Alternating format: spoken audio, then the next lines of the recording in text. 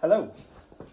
So I am going to explain the top-down method. So the top-down method is traditionally how they like them in Scandinavia, and the benefit of the top-down method is that you don't have to keep opening the door to put bits of wood on it to get it going.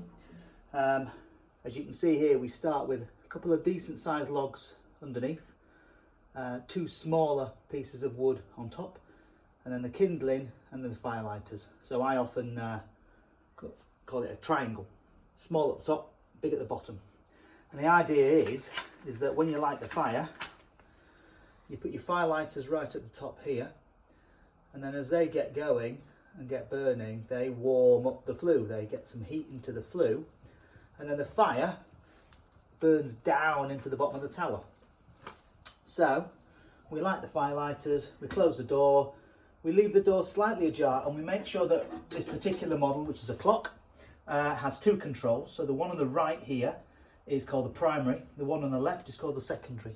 The primary control is a little bit like a choke on an old car, whereas you open that up to get the fire going. This sends air up through the grate into the bottom of the fire.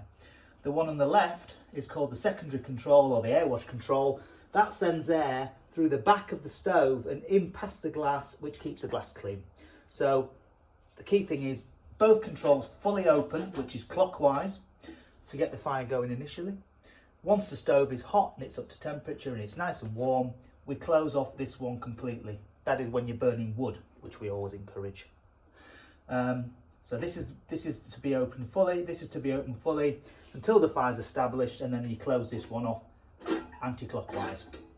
For now, we'll leave it going, and now as soon as you can feel a little bit of heat coming through the glass, which I can now, I'm going to close the door fully.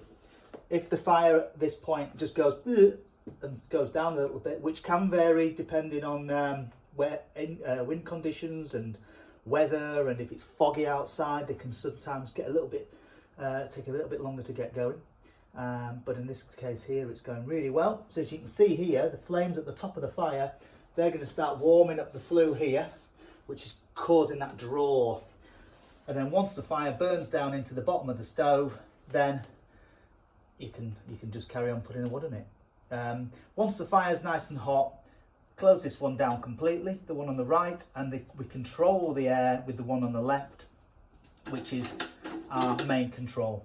The key thing to bear in mind is, and I'm just going to show you now, if we close both air controls down right now, off and off, you'll pretty much put the fire out and you'll cause a lot of smoke build up, which obviously is going into the atmosphere, which is not good. You can see the glass is starting to smoke up now, and just it'll actually start to put the fire out. So I'm going to put that back up now, and then that'll clear that and it will burn nicely. There we go, look at that. There we go, there's a clock.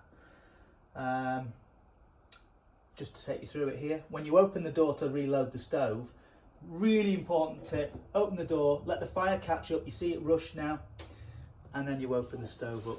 The ash pan down here, keep it emptied, but not overly, just keep a bit of ash in it. Try and keep some ash in the bottom of the grate here to keep it burning.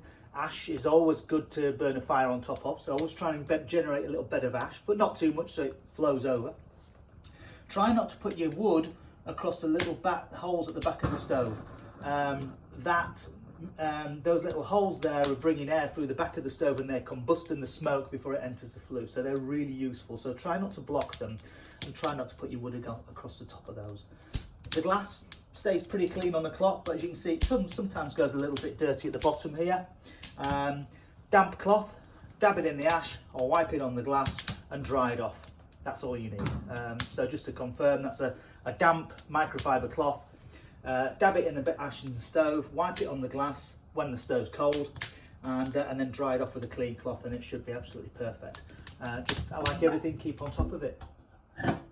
And there we are. One little tip that's specific to the clock is when you open the door handle, make sure that you don't go over one revolution. This is on a thread. So as you undo this, you won't be able to close the door, so you need to make sure that that's nice and tight, but not too tight. And there we are.